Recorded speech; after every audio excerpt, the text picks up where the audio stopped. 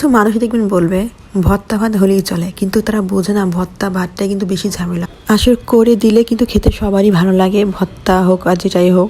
কিন্তু ভর্তা কিন্তু নিজে করা যাতে অন্যজন আশা মানুষ বেশি করে যে ভর্তা ভাত, কোথাও গেলেও মানুষ বলে ভর্তা ভাত। আসলে এটা আসলে বাসাতে খুব কমই মানুষ করে খেতে চায়, কিন্তু পরিশ্রমটা খুবই হাই লেভেলের।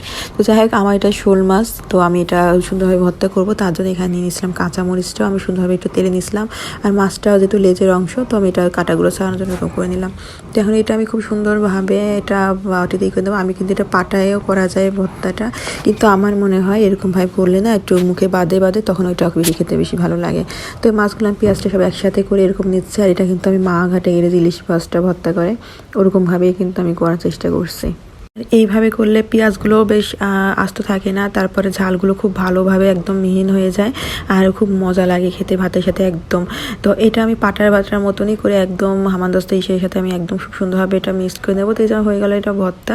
তা আমার মতো কারা এরকম মাছ ভর্তা খেতে পছন্দ করে তারা কিন্তু জানে খুবই মজা লাগে এটা গরম ভাতের সাথে খেতে। তো কেমন বলবো, টাটা, বাই বাই।